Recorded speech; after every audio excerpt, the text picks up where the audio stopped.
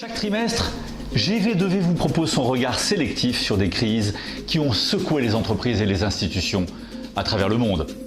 Lactalis, Médecins sans frontières, Veolia, l'Assor, Oxfam, mais aussi Facebook sont quelques-uns des noms qui ont défrayé la chronique des crises du premier trimestre 2018.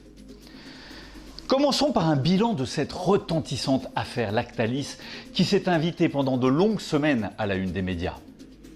Début décembre 2017, la DGCCRF signale 2 cas de bébés intoxiqués à la salmonellose suite à l'ingestion de lait infantile provenant de la société Lactalis. 3 rappels successifs sont effectués. Au début de la crise, Lactalis est le seul coupable. Mais bientôt, la situation se complexifie car les distributeurs reconnaissent avoir vendu des produits malgré le rappel, ouvrant un deuxième front à la crise. La situation se brouille encore quand l'État, qui essaye de se donner le beau rôle en convoquant les distributeurs à Bercy, doit lui aussi faire profil bas car ses services sont mis en cause. On retrouve en effet des laits contaminés dans des hôpitaux et des crèches. Le Canard enchaîné dénonce en outre la défaillance des contrôles de l'État et accuse même le préfet de Mayenne d'avoir menti sur le sujet.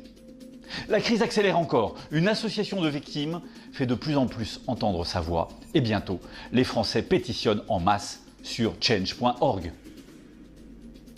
Le 16 janvier. C'est le coup de grâce. Alors que le silence d'Emmanuel Beignet, le PDG de Lactalis, est assourdissant, Cash Investigation s'attaque à l'industrie laitière. L'enquête dénonce l'inique gestion de la crise et l'opacité des pratiques de Lactalis. Michel Nallet, le porte-parole de l'entreprise, monte sur l'échafaud du plateau télévisé en bafouillant quelques pauvres éléments de langage qui ne convainquent pas. L'image de l'entreprise est terriblement écornée. Sa défense est inaudible. Et pendant la diffusion de l'émission, comble de l'improvisation, les équipes de Lactalis créent en catastrophe un compte Twitter pour réagir en direct. Pour le monde de l'entreprise, il faut décidément qu'il y ait un avant et un après Lactalis. Cette affaire a cruellement montré que le mutisme et l'absence de transparence étaient intenables aujourd'hui. Puissent les entreprises en être définitivement convaincues. Alors, le cas Lactalis aura au moins servi à quelque chose. Mi-mars, Élise Lucet remet le couvert avec un Cash Investigation dédié au business de l'eau. L'entreprise sort. Y est épinglée pour une gestion jugée plus que douteuse du réseau d'eau nîmois. Défaillance dans le service d'entretien, gaspillage et taux de marge opulents font partie des chefs d'accusation. Mais au contraire de Lactalis, l'entreprise est préparée en matière de crise. Pendant l'émission, Christophe Pied-Noël, le directeur de la communication, défend ses arguments et se paye même le luxe d'imposer à l'équipe de tournage de filmer également les interviews avec ses propres moyens. On n'est jamais trop prudent face à des méthodes journalistiques parfois contestables.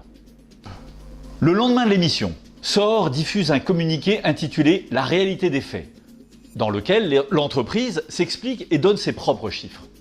Christophe Pied-Noël s'exprime aussi dans les médias en dénonçant le parti pris journalistique, toujours à charge.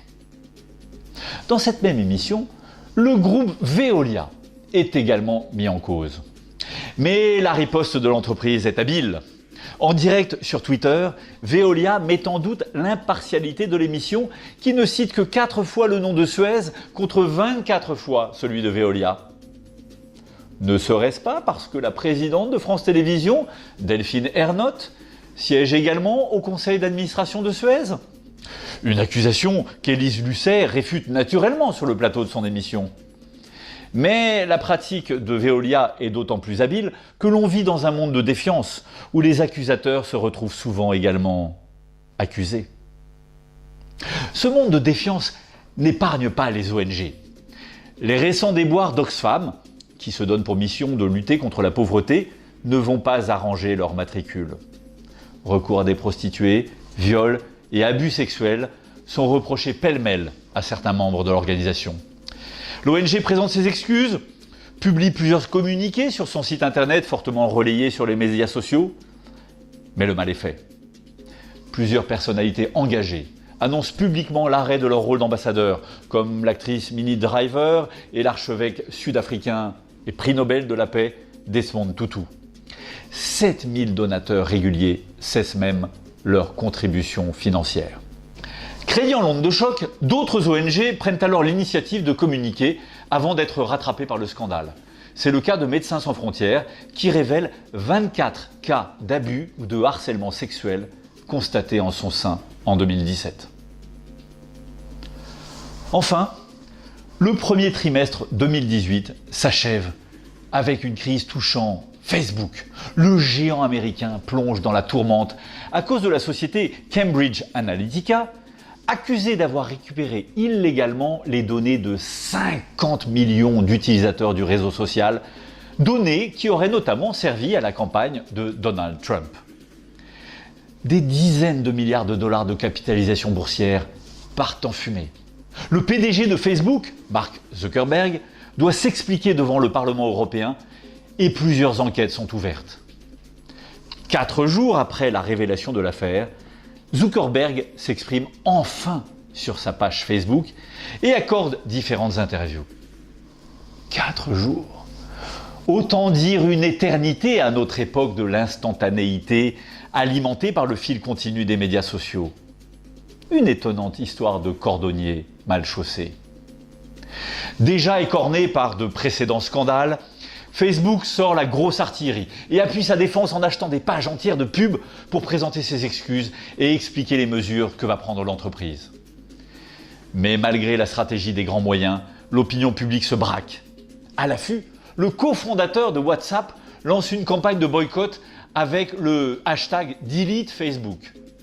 Quelques heures plus tard, Elon Musk, le très célèbre PDG de Tesla et SpaceX, décide de suivre le mot d'ordre et supprime tout bonnement les pages Facebook de ces deux marques qui rassemblaient 5 millions de followers. Décidément, la crise rattrape même les plus puissants. Rendez-vous au mois de juin prochain pour un regard sur l'actualité des crises du deuxième trimestre.